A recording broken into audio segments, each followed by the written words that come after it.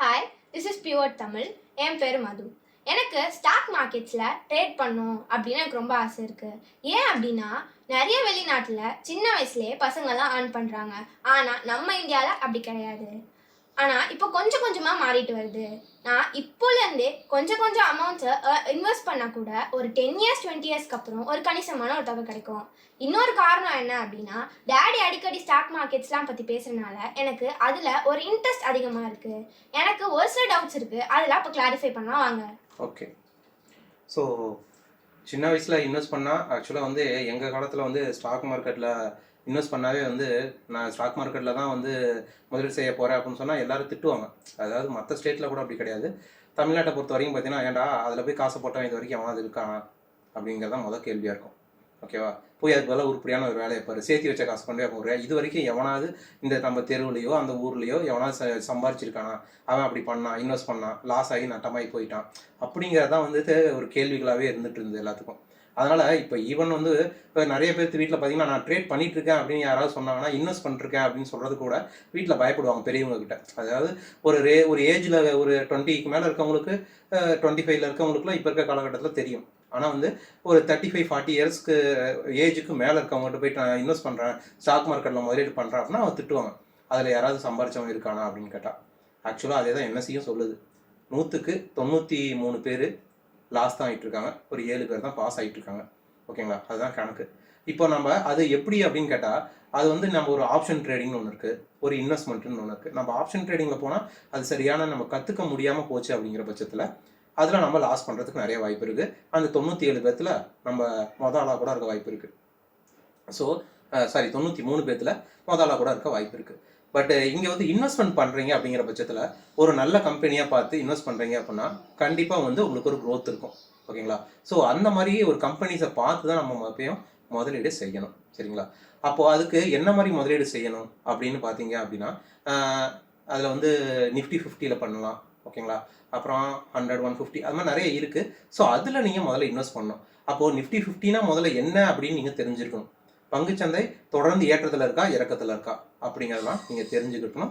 தெரிஞ்சதுக்கு அப்புறமே தான் நீங்கள் என்ன பண்ணணும், அதில் முதலீடு செய்யணும். ஒரு பங்குல இன்வெஸ்ட் பண்ணும்போது அந்த கம்பெனி வந்து டெவலப்மெண்ட் ஆகுமா ஆகாதா, அது ஆல்ரெடி வேற. இப்போ நான் ஒரு இன்வெஸ்ட் பண்ணுறேன் அப்படின்னா, ஒரு உயரமான இடத்துல போய் நான் ஒரு பங்கோட விலையை வாங்குறேன் அப்படிங்கிற பட்சத்தில், உதாரணத்துக்கு இப்போ ஷார்ட் டைமில் ஒரு பங்கோட விலை 50 ரூபாய் இருக்குது, அது ஒரு 110 ரூபாய்க்கு போயிருக்கு. இது வந்து ரொம்ப சின்ன ஸ்டாக்கு நான் சொல்கிறேன். இல்லை ஒரு பெரிய லெவலில் இருக்க ஸ்டாக்கு ஒரு 500 ரூபாயில் இருக்க ஸ்டாக்கு 2000 ரூபாய்க்கு போயிடுச்சு. இப்போ நான் போய் அந்த பங்கை போய் விலைக்கு வாங்கினோமா அப்படின்னு கேட்டால் அது கொஞ்சம் ரிஸ்க்கு தான். ஏன் அப்படின்னா, அந்த பங்கு ஆல்ரெடி ஒரு 500 ரூபாயிலிருந்து 2000 ரூபாய்க்கு போயிருக்கு அப்படின்னா அது எத்தனை மடங்கு மேலே ஏறி இருக்கு. அப்போ அந்த பங்கு மேற்கொண்டு மேலே போயிட்டே இருக்க முடியுமா ஒரு கம்பெனினால அப்படிங்கிறதெல்லாம் பார்த்து தான் நம்ம முதலீடு செய்யணும். ஓகேங்களா?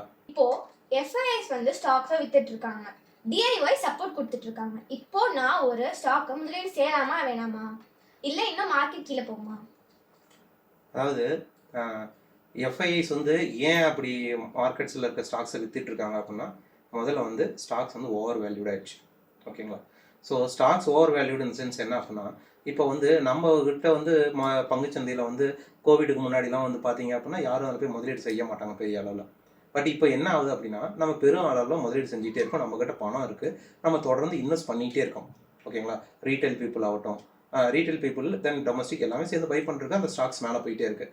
அப்போது அந்த கம்பெனியோட ஏர்னிங்ஸ் வந்து அப்போ எக்ஸ்பெக்டட் லெவலுக்கு இருக்கணும். இப்போ நம்ம இவ்வளோ முதலீடு செஞ்சுருக்கோம், ஒரு பங்கு வந்து 1000 ரூபாயிலேருந்து 1800 ரூபாய்க்கோ 2000 ரூபாய்க்கோ போயிருக்குன்னா அப்போ அந்த ரிசல்ட் வரும்போது அந்த எக்ஸ்பெக்டேஷன் இருக்கும்.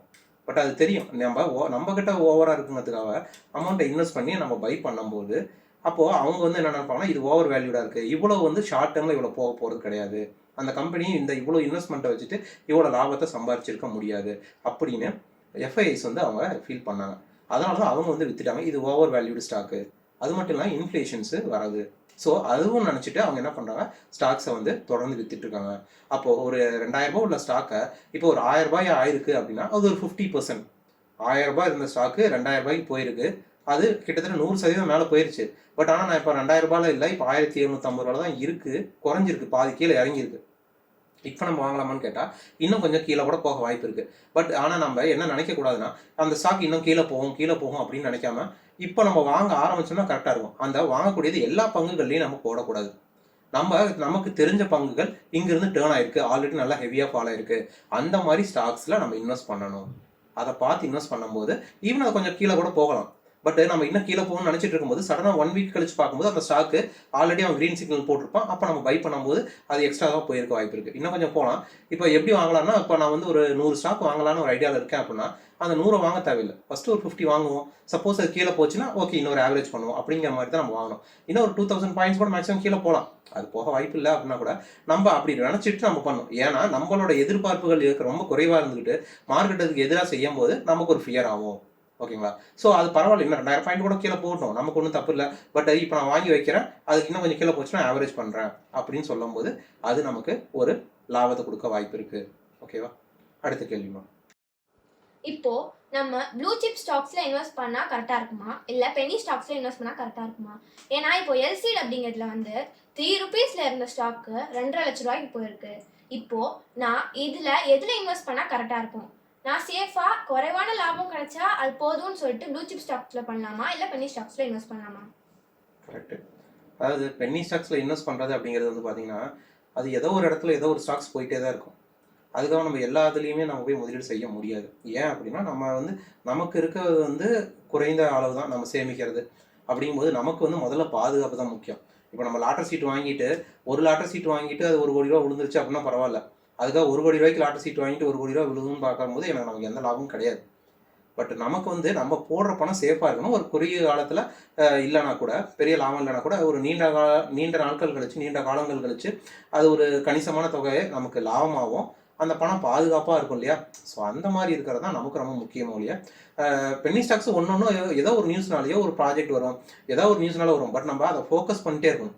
பட் இதில் வந்து பார்த்தீங்கன்னா மார்க்கெட்டு வந்து இப்போ என்ன நிஃப்டி 50ல் இருக்கக்கூடிய ஃபஸ்ட்டு 50 ஸ்டாக்ஸில் இன்வெஸ்ட் பண்ணிங்கன்னா அது எப்படியா இருந்தாலும் மேலே போக தான் ட்ரை பண்ணும். அப்போ முதல்ல அதுலலாம் இன்வெஸ்ட் பண்ணிட்டு தென் அடுத்த லெவலுக்கு இருக்கக்கூடிய ஸ்டாக்ஸில் போகணும்.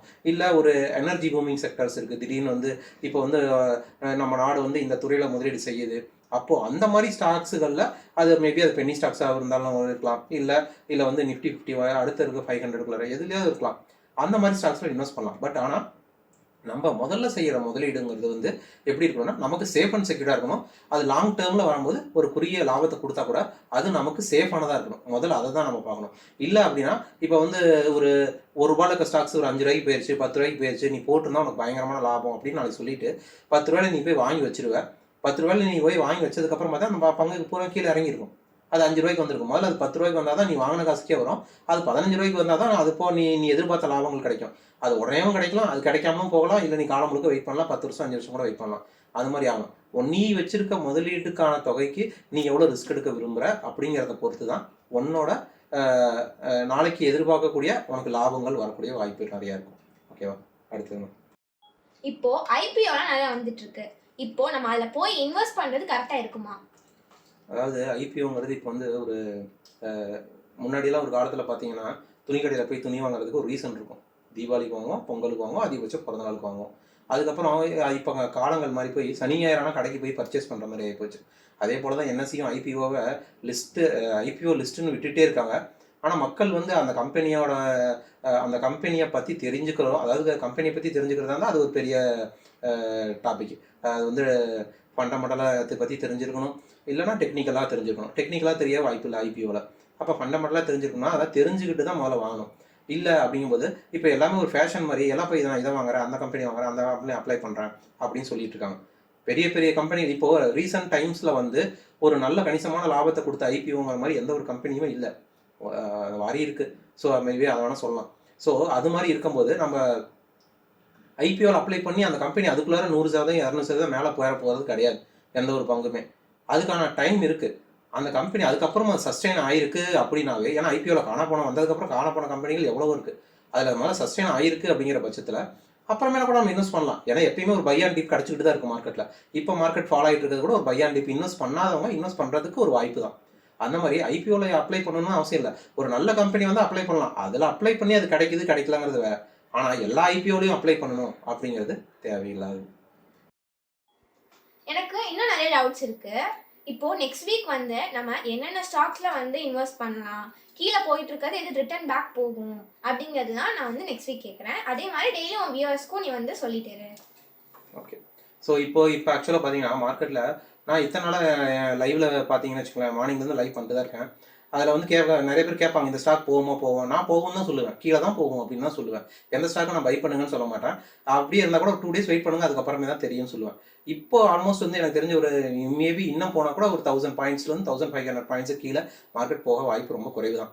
ஆல்ரெடி நல்லா ரீட்ரேஸ்மெண்ட் ஆகிருக்கு, பவுன்ஸ் பேக் பண்ணாதான் வாய்ப்பு நிறையா இருக்குது. இப்போ வந்து பண்ணலாம் அப்படிங்கிறதுக்கு எந்தெந்த ஸ்டாக்ஸ் எல்லாம் வந்து இப்போ இருந்து ரிட்டர்ன் ஆகுது அப்படிங்கிறத நம்ம பார்ப்போம். உங்களுக்கு ஏதாவது டவுட்ஸ் இருந்ததுன்னா நீங்கள் டியூரிங் லைவ் செஷனில் கூட வந்து கேளுங்க. மார்னிங் வந்து 9லேருந்து ஒரு 4 hours மட்டும்தான் லைவ் பண்ணலான்னு இருக்கோம். ஓகேங்களா? அதில் ஸ்டாக் ஆப்ஷன் மட்டும் இல்லை, நீங்கள் நிஃப்டி பேங்க் நிஃப்டியில் கூட நீங்கள் உங்களோட டவுட்ஸ் இருந்தால் நீங்கள் கேட்கலாம். ஓகேங்களா? ஸோ நம்ம மீண்டும் நாளைக்கு காலையில் நம்ம லைவ்ல மீட் பண்ணுவோம். நன்றி நண்பர்களே. ஓகே, பாய் எவ்ரிவன்.